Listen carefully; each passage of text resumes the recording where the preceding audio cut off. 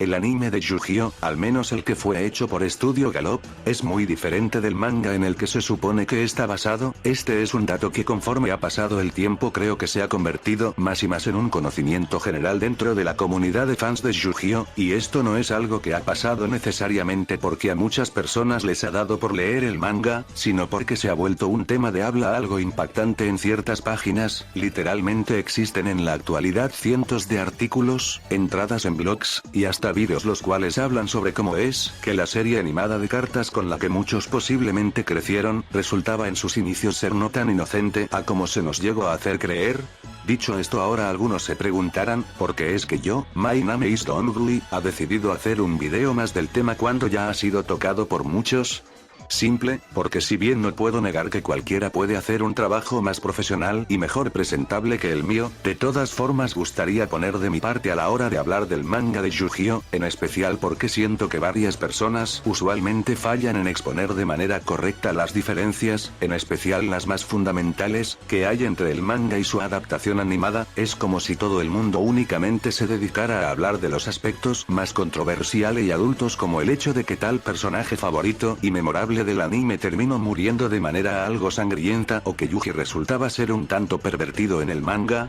El día de hoy yo quiero poner de mi parte al exponer ciertos aspectos y diferencias que, si bien no son súper habladas, sí considero que terminan resultando importantes o muy como mínimo interesantes, y para hacer esto, haré uso del contenido visto en el primer capítulo del anime de Gallop, aunque tal vez haga una que otra excepción, y el contenido presente en los primeros 50 capítulos del manga original de Yu-Gi-Oh. También, antes de comenzar, quiero informar que para evitar confusión y hacer del contenido más accesible, me referiré a los personajes con los nombres que se les dieron en la adaptación americana del show. Ahora no me queda mucho más que decir, más allá de que prepárense, porque la verdad es que sí habrá mucho de lo que hablar. Número 1. En el manga, el primer duelo entre Kaiba y Yuji no toma lugar en una arena especial creada por el joven chico rico con hologramas, sino en la escuela, y los monstruos salen de las cartas gracias al poder del juego de las sombras que Yuji decide crear. Aparte, cabe mencionar que durante este primer duelo Kaiba no tenía sus 3 dragones blancos de ojos azules, sino solo uno, y era el mismo que pertenecía a Solomon. De hecho, es el segundo duelo entre Kaiba y Yuji del manga el que termina adaptando el anime en su primer capítulo, y lo hace de manera más simplista, ya que en el manga antes del duelo, Yuji y sus amigos son puestos a prueba a partir de múltiples trampas mortales colocadas en una atracción de parque de diversiones que Kaiba reveló que solo creó con el propósito de poder vengarse y desde luego, matar a Yuji. Tal aventura termina siendo lo suficientemente larga como para catalogarla como una especie de mini arco que va bajo el nombre de Death Tournament, Torneo de la Muerte T. Número 2. En el anime, el dragón blanco de ojos azules del abuelo de Yuji termina teniendo menor importancia que en el manga, y es que si bien en el anime Kaiba termina mostrando interés por tener el dragón de Solomon, el caso es que dicho interés se termina generando solo debido a que él no quiere que otra persona aparte de él tenga acceso a la carta y que por lo tanto se llegue a usar en su contra, aun cuando él ya posee 3 dragones. Es por esto mismo que cuando al fin consigue la tan valiosa carta va y la rompe como si nada. En el manga la cosa es muy diferente, ya que en un principio Kaiba desea la carta del abuelo de Yuji porque él había sido incapaz de conseguir aunque sea una copia del dragón blanco por sí mismo, y por lo tanto decide engañar y robársela a Yuji cuando la trae a la escuela. Y cuando Kaiba y Yuji tienen su primer duelo, el chico rico decide utilizar la carta de Solomon con el fin de intentar ganar, pero no logra hacerlo ya que el dragón blanco de ojos azules se autodestruye a sí mismo, esto debido a que la carta no quería traicionar a su verdadero dueño, quien era Solomon. Cabe mencionar que esto es algo que solo fue capaz de pasar debido a la influencia del juego de las sombras, y es que aparte de que este le dio vida al dragón, la carta también fue afectada por la regla del juego de las sombras que hace que los seres vivos que participen en este muestren y actúen forzosamente ante la verdad en sus corazones. Para ponerlo en palabras simples, fue literalmente el corazón de las cartas lo que hizo que Kaiba perdiera. Número 3. En el anime terminaron habiendo varios cientos de personajes del manga que terminaron siendo cortados, pero uno de los más importantes posiblemente llegaría a ser el sobrino de Tristán, Hoji, un infante que acompaña a Yuji y sus amigos durante el mini arco del parque de atracciones de Kaiba y termina fungiendo dentro de este como un aliado, pero también como una molestia para el grupo. Y es que si bien llega a tener participación en más de una ocasión y hasta llega a tener su momento donde él salva por sí mismo a los protagonistas, cartas, también termina habiendo una que otra ocasión donde les traiciona, pero bueno, tal vez la cosa por la que llega a ser más recordado el personaje es por su constante necesidad de querer seducir y manosear a Tea.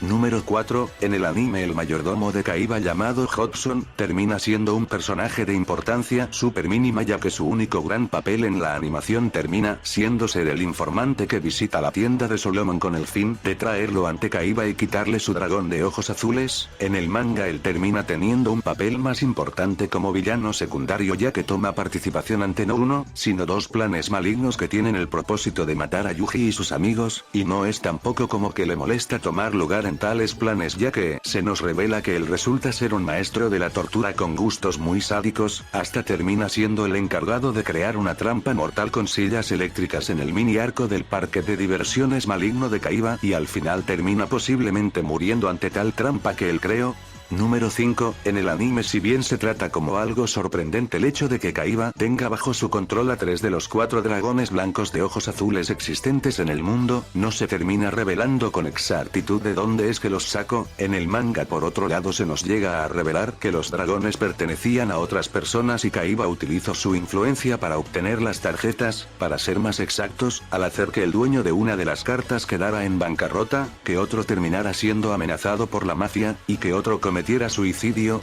Número 6, en el anime cuando Solomon es derrotado por Kaiba en su duelo termina siendo encontrado por Yuji y sus amigos en el suelo y en un estado algo débil ya que según lo que dijo Kaiba, la derrota que sufrió ante él fue tal que la sobreestimulación del duelo y sus hologramas crearon un fuerte efecto negativo sobre el anciano. En el manga la cosa llega a ser algo similar pero más brutal y es que tras la derrota de Solomon él termina siendo rodeado por múltiples hologramas basados en monstruos espeluznantes los cuales atacan de manera psicológica a sus víctimas. La tortura que aplica Kaiba sobre el mayor es tal que menciona que si Solomon hubiera sido expuesto a los hologramas por 10 minutos se volvería loco. Número 7, aparte de que se le volvió menos cruel, una característica que se le llegó a quitar casi en su totalidad a Kaiba en la adaptación a anime fue su actitud manipuladora, y es que en el manga terminan habiendo múltiples momentos donde no solo pone sonrisas falsas, pero también miente constantemente a Yuji y sus amigos mientras actúa de manera amable y bondadosa solo con el propósito de conseguir lo que él quiere.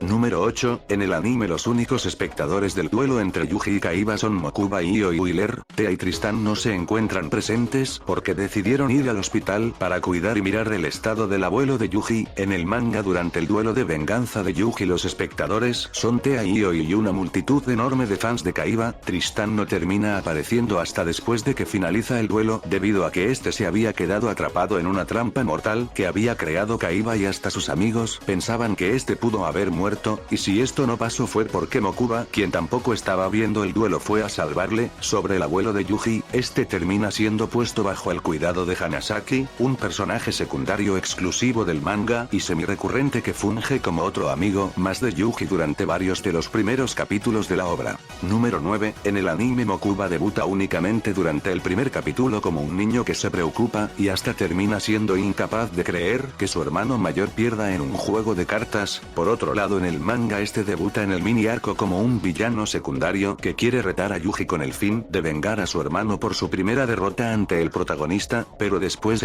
cambia a ser un aliado el cual reza con el fin de que su preciado hermano mayor Kaiba no gane, sino que pierda su duelo ante Yuji con el fin de que esto tal vez pueda destruir la maldad en su corazón. Número 10, aunque en el manga también se llega a retratar a Seto Kaiba como un chico súper inteligente y calculador, podría decirse que en el manga resulta ser menos infalible y perfecto en comparación al del anime, y es que aún dejando de lado sus fallidos actos y planes malignos, también podemos contar el hecho de que en el manga se nos revela que la única razón por la que Kaiba es la persona que es hoy es porque logró ser adoptado por Gozaburo Kaiba, y la forma en la que logró esto fue retar al adulto a un juego de ajedrez donde Seto solo ganó porque hizo trampa, muy diferente al caso del anime donde se nos cuenta que Seto ganó porque estudió un montón acerca de ajedrez y el propio Gozaburo para comprender sus estrategias y forma de pensar. Número 11, en el manga todos los amigos de Yuji mostraron un grado considerable de participación durante su trayecto hacia el segundo combate contra Kaiba. Por ejemplo, pese a que Tristán no fue obligado a participar en las trampas mortales de Kaiba aún así se decidió ofrecer a participar y hasta se las arregló para formar formar un plan con el cual derrotaron a un par de mercenarios contratados por Kaiba. Joy se encargó de derrotar a un monstruoso asesino serial, y Tea se encargó de descubrir el funcionamiento detrás de una trampa mortal al reconocer el ritmo de una computadora con sus conocimientos como bailarina. Por otro lado, en el anime, como se cortó todo el tema del parque de diversiones, lo único que pudieron ofrecer durante tal conflicto al protagonista fue un par de palabras de apoyo y el dibujo de una cara feliz en sus manos, que por cierto, número 12, si bien el dibujo de la cara de la amistad también aparece en el manga, este termina teniendo un mayor peso sentimental y narrativo aquí que en el anime. En la adaptación de Gallop el dibujo es algo que se le ocurre de la nada a Tea como medio para recordarle a Yuji que aun si sus amigos no verán el combate debido a que tienen que hacerle compañía a Solomon en el hospital, él no estará solo en el combate. Pasando al manga, el tema de la cara feliz es algo que surge después de que Yuji sufre un colapso emocional debido a que se siente culpable por haber arrastrado a sus amigos a una atracción donde no solo él, pero también sus amigos podrían perder sus vidas. Tras ver esto, sus amigos le replican al comentarle que no debería sentirse culpable, ya que la razón por la que decidieron acompañarle es por el fuerte lazo que se formó entre los cuatro, lazo que desgraciadamente es reducido en mayor parte a pura exposición gratuita en el anime debido a que se saltó el inicio y contenido de varios capítulos del manga. Como sea, debido a que a los protagonistas se les encierra en una habitación completamente blanca, Tea empieza a pensar que esta se ve como un lienzo en blanco en el que alguien pudiera escribir, y en base a esto ella llega a venir con la idea del dibujo de la cara feliz, el cual termina fungiendo como un medio para que ninguno de los cuatro se pueda olvidar de la amistad que han forjado, ya sea en el difícil momento en el que se encuentran, o también cuando estos se gradúen y se separen, en especial Tea, quien desde el inicio termina revelando su sueño de viajar a los Estados Unidos. Número 13, en el manga Yuji termina revelando la existencia de su alter ego a sus amigos por sí mismo antes de su enfrentamiento con Kaiba, debido a que por un momento se deja llevar por el sentimiento de pérdida que llega a sentir en un momento cuando él cree que Tristan terminó muriendo tras haber quedado atrapado en una trampa. En el anime, por otro lado, se termina revelando la existencia del otro Yuji en el arco del reino del duelista, cuando Yuji y sus amigos son retados por Bakura a un duelo de las sombras, duelo que no existe en el manga, pero sí está obviamente inspirado en un mini arco donde el personaje convertido en su alter ego engaña y obliga a los protagonistas a jugar un juego de las sombras, pero no a partir de un juego de cartas de duelo de monstruos, sino a través de un juego de tablero y rol llamado Mundo de Monstruos. Número 14, en el manga, cuando Yuji derrota a Kaiba, Mokuba revela el trasfondo de su hermano mayor al contar cómo es que Gozaburo Kaiba fue quien corrompió a Kaiba después de haberlo sometido a una tortuosa educación avanzada. También fue aquí cuando se reveló cómo es que Kaiba se las arregló para tomar control de la corporación de su padre y hizo que de tal manera Gozaburo decidiera quitarse su propia vida frente a su hijo, lo cual hizo para darle una lección que se terminó convirtiendo en una de las principales razones por las que Seto Kaiba se volvió malvado y tan cruel. En el anime, por otro lado, no se reveló el trasfondo de los hermanos hasta la creación de un arco de relleno conocido como el arco del mundo virtual, en el cual no solo se cambiaron los detalles referentes a la muerte de Gozaburo, pero también se le intentó semi-humanizar con la creación de un hijo y personaje no canónico llamado Noa Kaiba. Número 15, en el manga, el Mind Break o ataque psicológico que utiliza al final Yuji para castigar a Kaiba termina teniendo mayor peso que en el anime. En la adaptación animada solo se limitaron a hacer que Seto cayera de rodillas y su expresión facial cambiara un poco. Por otro lado, en el manga este termina cayendo bajo un estado de paralización o especie de coma por varios meses, y se nos revela que la razón por la que este no logra despertar es porque su antiguo yo está reconstruyendo de poco a poco su corazón, que antiguamente se había llenado de oscuridad. Cabe mencionar que es gracias al coma inducido por Yami Yuji que Kaiba termina siendo traicionado por los ejecutivos de Kaiba Corp, aparte de que también termina siendo la razón por la que este es incapaz de evitar que le roben sus cartas y secuestren a su hermano menor. Número 16 y final, en el anime Ryo Bakura es un personaje que aparece desde el primer capítulo en el fondo mientras mira a Yuji y Yoe teniendo un duelo, pero en el manga él termina siendo un personaje y nuevo estudiante transferido a la escuela de Yuji que no termina apareciendo hasta el capítulo 50, que termina tomando lugar mucho después de que el protagonista tuviera sus dos primeros duelos contra Kaiba. Y bueno, creo que hasta este punto ya es suficiente, hay muchas otras cientos de comparaciones más que podría mencionar, aun si nos ponemos a hablar solo del contenido visto durante la primera temporada de Yu-Gi-Oh, como es por ejemplo el hecho de que el manga revela que Zombie el Oscuro en el mundo de Yu-Gi-Oh no es una carta de duelo de monstruos, sino un superhéroe perteneciente a un cómic americano muy popular, el hecho de que Io Wheeler tiene un pasado como peligroso pandillero que le persigue incluso en la actualidad, o el hecho de que en el manga Tea muestra no solo un enamoramiento por Yami Yuji, pero también en múltiples escenas demuestra un constante aprecio por el Yuji real, entre otras cosas más, pero creo que este video ya cumplió su cometido, el cual era demostrar que las comparaciones entre la obra original y el anime no se limitan únicamente a escenas bajadas de tono o uno que otro personaje muriendo como muchos dicen, claro que no.